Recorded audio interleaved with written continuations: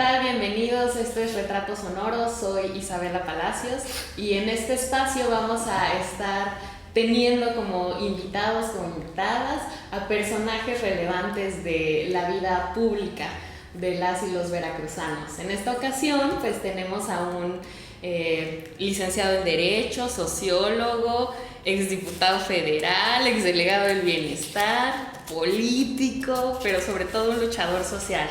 Manuel Huerta, ¿cómo estás? Urbanópata, metronauta y grietólogo además. Y cafetómano. Por favor, claro que sí. Esta gran ciudad. Ahorita que venía entrando por aquí recordé mis años mozos aquí del Escorial, un café que estaba al rincón en este palacio y muy grandes amigos, ¿no? En este edificio, sí, sin duda, salud. Claro.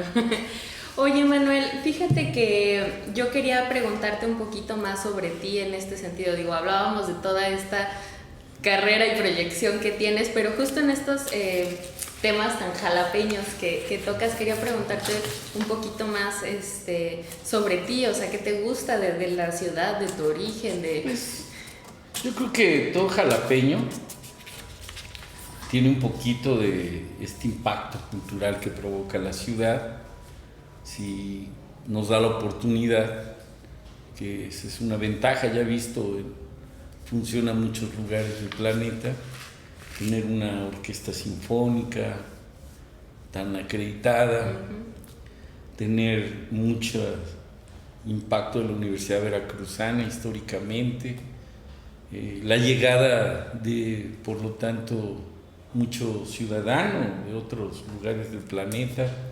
Es una ciudad cosmopolita. Al final la Atenas veracruzana, ¿no? La Atenas veracruzana, nos dicen apenas veracruzana. ¿Y tú crees que eso sea cierto? Yo sostengo que sí, que ha habido un gran impacto en distintos momentos de la historia. Jalapa tiene un origen prehispánico, por lo tanto toca aquí tener también lucha por la independencia. Tenemos también en la Reforma un impacto cercano. Finalmente tenemos cerca Veracruz, que está intrínsecamente ligado a Jalapa, porque no en balde el verso de, lo digo en voz en cuello, sola Veracruz es bello, pero más bello Jalapa. Eso ya es arreglo mío, aunque los jarochos me reclamen. No, es un impacto de una bioregión que además Jalapa, que hay que cuidarlo. Ahora leía noticias que me preocupan porque Andrés Manuel estuvo reunido ayer con autoridades. Se pronostica un año de sequía, de falta de agua, una reducción del 40%, más calor. Y los jalapeños sabemos que el impacto del desarrollo metropolitano de la bioregión ha ido debilitando nuestros ecosistemas, el bosque de niebla, aunque cerca de Jalapa tenemos todos los climas que pueden existir en el mundo, desde el desierto de las dunas, de las arenas cercanas de Chachalacas hasta los bosques, el cofre de Perote, que ya está muy deforestado, pero que llegó a tener mucho frío, mucha nieve. En fin, Jalapa tiene todo un componente histórico, ecológico, popular, que le da una riqueza cultural y artística, porque he aprendido últimamente que no es lo mismo cultura que arte, entonces para que no me reclamen. No, y coincido ampliamente, ¿no? Ahora que hablas justo de esta parte, el entender la diferencia entre cultura y arte, pues el arte le suma a la cultura, ¿no? Pero el arte tiene que ver con esta parte de hacer sentir, no solamente con esta creación humana. Entonces, antes de eso hablabas justo del tema hídrico en Jalapa y en Veracruz. Ahorita, por ejemplo, quería preguntarte, porque se me vino a la cabeza, este paquete reformas, iniciativas y demás que presentó el presidente, y entre ellas venía una iniciativa en cuanto al problema hídrico. Entonces yo quería más bien preguntarte como pues ciudadano, ¿cómo lo ves? Todo está íntimamente ligado. Hemos perdido la capacidad de nuestros pueblos originarios de tener una relación armónica con la naturaleza. Jalapa, que es manantiales sobre la arena, algo así, pero al final es agua, Japan, Jalapa. Sí. Pues hoy sufrimos la escasez, y no es Jalapa, es una tendencia del mal manejo de las aguas desde la conquista, el no tener, más bien el ni siquiera recuperar las aguas de lluvia y mandarlas a los drenajes, que es una cultura muy europea, sí, de una cultura muy de lo no tan limpia como la muy nuestra. Desechable, ¿no? Y de origen, o sea, esto de juntar aguas sucias, aguas negras con las aguas limpias, es una cultura española, europea, que no era la cultura de nuestros pueblos. Entonces, sí se crea o sí se tiene un país, México, y una región, Jalapa, Veracruz, con grandes potenciales de mantos freáticos, acuáticos y mucha agua, pero al mismo tiempo, a la hora de la distribución de su uso, pues un abuso y una falta hasta para lo más indispensable, y siempre recae, como sucede luego en la vida, al perro más flaco se le cargan las pulgas, y es a los más pobres los que más sufren este tema, incluyendo no Jalapa, Ciudad de México, Iztapalapa es una zona que era la parte más baja del lago, y es donde más falta de agua hay, y ya ni lago hay, obviamente. Entonces hay que tomar iniciativas desde el rescate histórico de esos mantos de agua, de estos acumulados de agua. Ahorita Pedro Muxuma Barragán, un colega maestro mío, que es dirigente de Agua para Todos y Todas, del cual yo participo también, inclusive han generado una ley nacional de aguas que va a ser parte del debate nacional de las reformas que se están proponiendo, porque hay que garantizar el abasto suficiente, oportuno y de calidad en el uso doméstico, y hay que priorizar legalmente en la Constitución que la prioridad sea esa, y no como ocurre hoy, que se destina a otros menesteres. Entonces hay que hacer una revisión profunda de esta ley y ponerla a este objetivo de que evite las crisis que están por venir. Obviamente no es un tema tan solo de ello, es un tema de un modelo y de una estrategia de más largo alcance. Hay que sembrar árboles para cosechar agua, hay que rescatar nuestros bosques, aquí es un gran ejemplo en esta bioregión, y también por eso se sufre, y las ciudades también tienen que controlarse. No es posible que los usos del suelo y los aprovechamientos urbanos se destinen a los comercios, a los negocios, y no a la gente. Entonces, todo esto... que mucho se ha criticado, ¿no? Que hablan de este tema de que como ciudadano busca limitar tu uso del agua, ser más consciente, pero realmente cuando pensamos, por ejemplo, en las concesiones de agua que dan para las grandes empresas, dices, bueno, realmente lo que yo puedo hacer como ciudadano es muy mínimo a comparación de lo que pueden hacer estas grandes empresas que deliberadamente están haciendo un mal uso. Hemos llegado a un nivel de que estamos en la antesala de una guerra por el agua. Sí. Y la verdad no lo decimos como amarillismo ni con un sesgo político, porque ocurre en todos lares, excepto en lugares como Bolivia, donde el pueblo se organizó y se hizo cargo del gobierno y de sus políticas dirigidas justamente a los que más lo requieren, con un aceleramiento que aquí tenemos que provocar. Justamente en eso estamos, pero pues hay que entrarle por todos los frentes. Hay un tema de falta de prevención, de atención a las redes hidrosanitarias, Sí. de lo personal y de lo que la ciudad tiene que atender.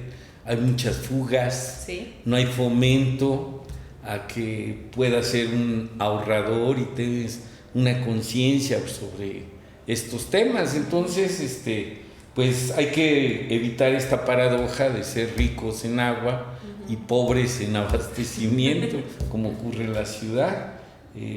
Pues no todos tienen la suerte, como hay en algunos lugares. Tengo muy presente las oficinas de un sector del gobierno federal aquí en la calle de Landero y Cos, donde está la caída del manantial de agua, que ojalá todos tuvieran esa potencia y esa calidad de agua, de limpieza y demás. Entonces sí se podrían hacer muchas cosas, pero hay que priorizar.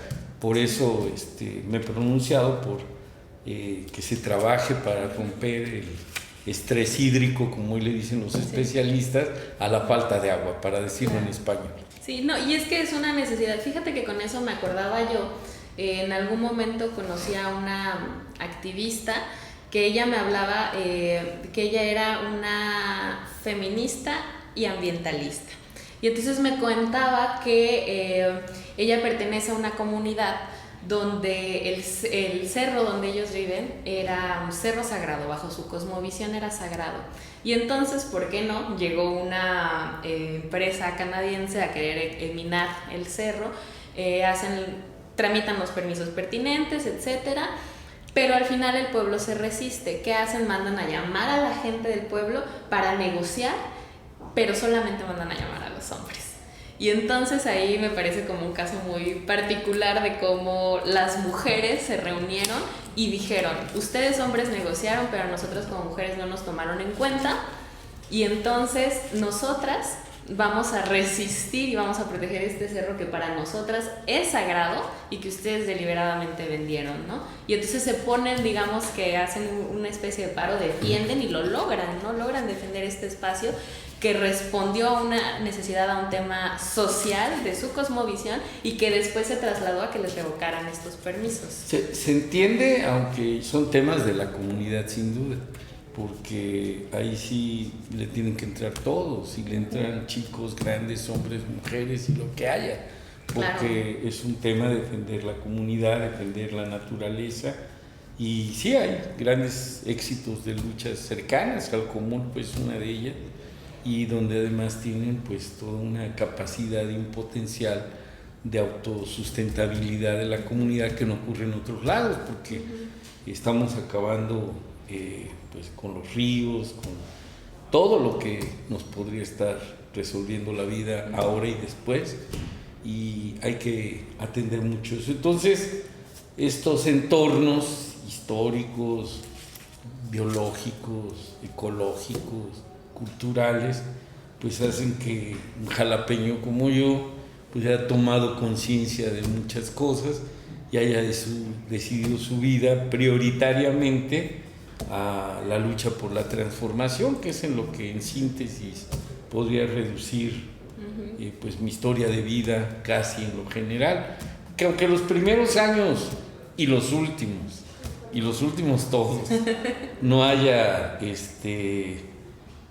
aparentemente participado en los primeros años en causas sociales, pues la lucha por la transformación es permanente, porque eso es lo más íntimo, lo más personal que tienes que transformar. Lo más sensible, eso te iba a decir. A mí me parece que justamente esta concientización de la que hablas habla de una extrema sensibilidad, y que además nosotros buscamos tener eso, reflejarnos en eso, cuando vemos que alguien encabeza un proceso social tan importante como lo que estás caminando. Entonces yo quería también pues preguntarte un poquito, te acabas de registrar hace poco ya oficialmente para el Senado, y quería yo preguntarte algo para aquellos que no tienen como tan claro qué hace un senador.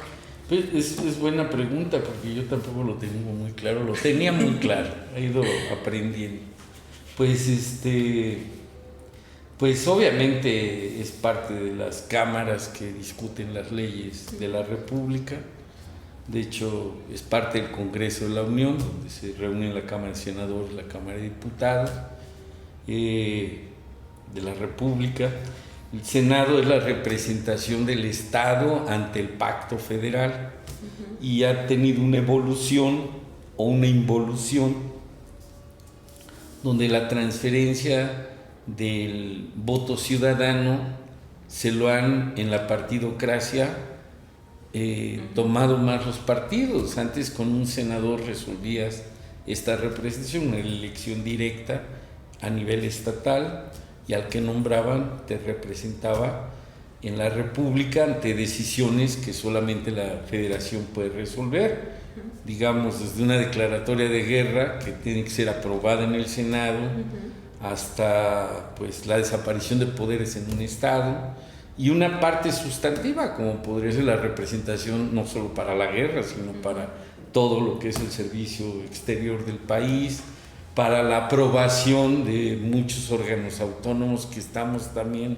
sufriendo con ellos y vamos contra ellos, pero también contra otros poderes. El poder judicial pasa a la criba del Senado, poder legislativo pasa todas las leyes a revisión al Senado, y lo que es fundamental como tarea del Senado también va a ser la aprobación de la política pues dicen los gringos, taxativa o de impuestos o de recaudación que el país va a tener para tener recursos para que la Cámara de Diputados apruebe un presupuesto finalmente ratificado en la Cámara de Senadores.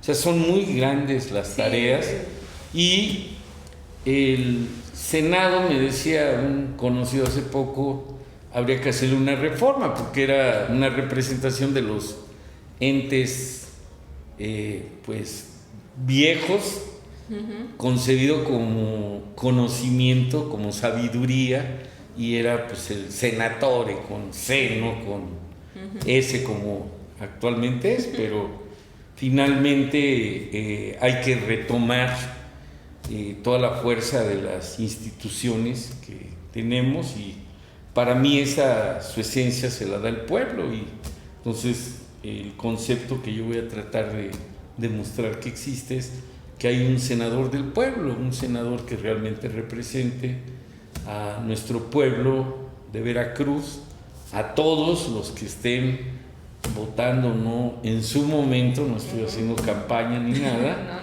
pero creo que todos deberíamos de hacer ese esfuerzo. Y ya en el debate constitucional que vamos también a tener sin duda, no creo que lo aprueben antes de que lleguen los nuevos senadores, si es el caso que, como digo yo, el pueblo me lleva para allá, pues hay unas reformas que incluyen la disminución de los mismos. Yo creo que es un exceso, ahora son 128. Justo de eso te quiero preguntar dos cosas. Una, como estrategia política del propio Andrés Manuel, el marcar el terreno en el que se van a desarrollar al presentar las reformas. ¿Tú qué opinas de eso? Es que no sé, como ha estado mi lucha muy cercana al propio Andrés, inclusive cuando nos conocemos en los años finales de los 80s, es la primera vez que llego a la Cámara, en la segunda época de Salinas, segundo periodo, la 55, que es la primera reforma desestructurante. La segunda le toca a Peña Nieto, la 62 legislatura, que es 2 veces he sido diputado federal.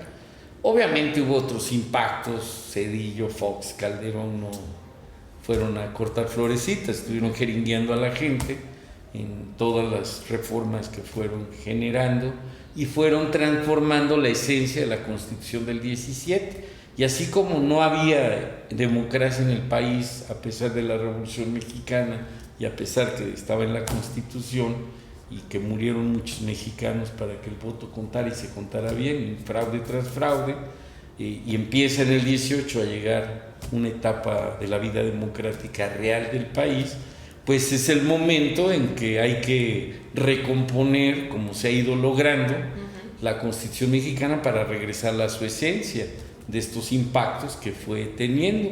Entonces se ha calculado que con estas 20 propuestas que reformarían 18 artículos de la Constitución, 2 leyes secundarias, podría retomar el cuerpo social, por no decir socialista, del espíritu constituyente del 17. Y pues para mí no lo veo, por eso y marco, porque es una iniciativa de Andrés, del Poder Ejecutivo actual al Legislativo actual, que de no ser aprobado, a los que lleguen, y probablemente así suceda, estaremos en las posibilidades de no solo haberme opuesto en la 55 y en la 62 a este destrozo nacional que hicieron los chupacabras, como yo digo, los del PRIAN, para que no me acusen, sino recomponer lo que descompusieron, que no nada más tiene que ver con un espíritu de la Constitución, sino que sean las herramientas sino que realmente sea para que la realidad de los derechos, ¿no? pueda, los derechos y las libertades de los mexicanos, poder realmente existir y desarrollarse. La ampliación de la misma democracia que tanto anhelamos como una solución a la vida pública. Y justo con todo este escenario que planteamos y hablabas hace un momento de un senador del pueblo, yo me pregunto, en esta posibilidad justamente de que de repente pensamos en la Cámara de Diputados y lo vemos lejos, el Senado luego algunos lo ven hasta más lejos, ¿cómo aterrizar justamente esta labor con la gente? Ahora realmente recuerdo más ideas que hemos platicado con Andrés, porque en efecto las cámaras y el oficio, la política en general, primero la política como oficio se echó a perder. En lugar de ser servicio al pueblo, debe ser un vehículo, pueblo, no un fin. Y segundo, ya espacios institucionales como la Cámara de Diputados, yo decía ayer en una reunión, pues ya no pongan apodos, porque eso en la calle no gusta, porque ha sido, se está recomponiendo un poco actualmente, pero el ser diputado era de poca gusto para la gente, como un diputado, todo el mundo cuidaba la cartera, puro raterazo, pura gente mala. Las cámaras se volvieron centros de vicio, centros de descomposición social, lastimar al pueblo, se pervirtieron.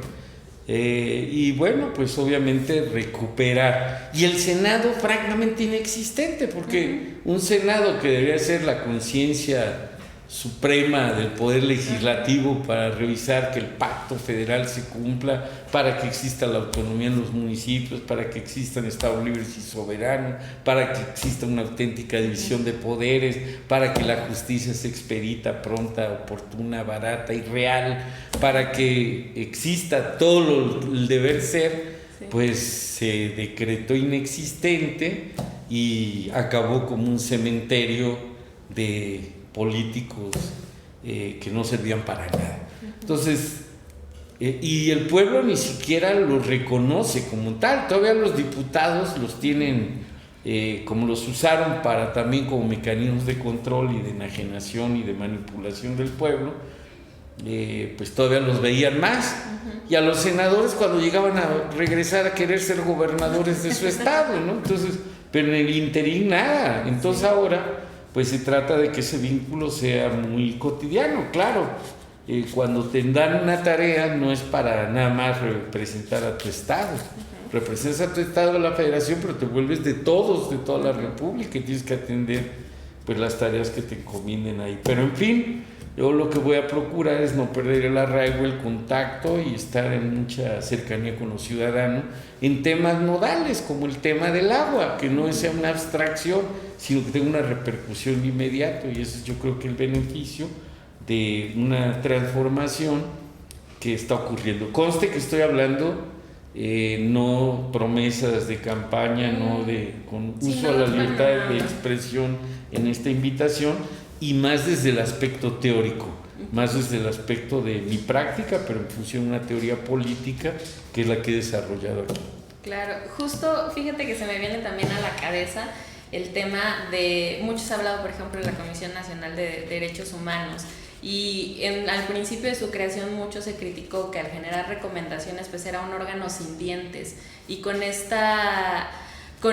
este planteamiento que haces de que de verdad haya un Senado, un Congreso que se aboque a lo suyo, pues el planteamiento de cómo está construida la CNDH plantea que estos puedan llevar a cabo un trabajo interinstitucional con la Comisión Nacional de Derechos Humanos para ejercer estas recomendaciones que hace. ¿Tú crees que ese sería un camino viable? Yo tengo dudas de muchas cosas, que es mejor que estar seguro de algunas. Ajá. Porque en general todos los órganos autónomos, y me tocó ver la construcción de la Comisión Nacional de Derechos Humanos, pues que acá entre nos, ajá, pues no se ve claro, porque se ha ido perdiendo la capacidad de los derechos de los humanos, de los ciudadanos, ¿no? O sea, se crearon órganos supranacionales que inclusive mandataban al Ejecutivo a quitarles tramos institucionales y constitucionales de lo que son funciones del Ejecutivo, o sea, o del Legislativo, del Judicial. ¿Qué? Como diría el clásico, ¿para qué necesidad? ¿Acaso necesitamos a alguien que vigile que se cumplan los derechos humanos? ¿Que existan las recomendaciones para que el gobierno actúe conforme a la ley? O sea, entonces esos órganos vinieron sustituyendo al propio Poder Ejecutivo y se fueron generando supuestas autonomías que con sinceridad eran lo más autónomo del pueblo y le quitaban responsabilidad, o eran pantallas para que el Ejecutivo hiciera lo que quisiera, en una supuesta democratización de la vida pública. Yo creo que hay que revisar mucho de esto. Estoy convencido que se ha encarecido mucho la vida pública y que los resultados no son los que sin duda se esperaban. Lo digo por el Instituto Nacional Electoral, por todos los órganos. Ya hay unos que de a tiro, los que se acercan más a las mercancías más caras, como la energía, como las telecomunicaciones, pues ya valen más que las propias secretarías de Estado. Pues entonces aparezcamos el Estado y vayamos a los órganos supuestamente autónomos, porque reitero, autónomos del pueblo, pero obedecen directamente a la partidocracia, que fue la esencia de esta reforma democrática que hizo Salinas, pues con la idea de que el PRIAN, que no era entelequias, hiciera los meros camanjanes de la vida pública. Nunca contaron que iba a surgir el pueblo con una regeneración nacional, que es la que está realmente transformando y regresando al origen de lo que fue el debate histórico: sufragio efectivo, no reelección, tierra y libertad, y pues todo lo que se deriva de ahí. Manuel, pues me da mucho gusto que haya alguien tan sensible que está en estos trotes, y yo quisiera comenzar a cerrar preguntándote algo. Generalmente te hemos visto muchísimo más como el dirigente natural que eres, pero quizá no tan protagónico. ¿Cómo te sientes ahora de estar tan al frente tú, tu imagen, tu persona? Pues es algo que, pues, sí es un poco raro, porque tengo ya algunos años que ha tomado más relevancia las tareas que me han encargado, y pues la verdad, pues la vida pública a veces, en la parte privada, como que yo no estoy acostumbrado, porque yo soy como soy, no me parezco a nadie, no me gusta cambiar. Entonces pues yo quiero ser uno más, con las responsabilidades que asumo, que tengo, y pues a veces si voy el otro día al cine y estoy como tal y ya empiezan a decir cosas, o sea, no tienen derecho luego ni a comer, porque te llegan a preguntar, te llegan a ver, y yo estoy al servicio de la gente, claro, y con mucho gusto lo hago, pero pues sí, o sea, es algo raro. Pero bueno, pues yo espero que no me roben la ternura ni las ganas de seguir siendo yo mismo. No, hombre, pues muchísimas gracias. Yo creo que con esto concluimos nuestro retrato sonoro del día de hoy. Manuel, te agradezco enormemente, y pues Mucho ánimo. Ánimo y bonito día.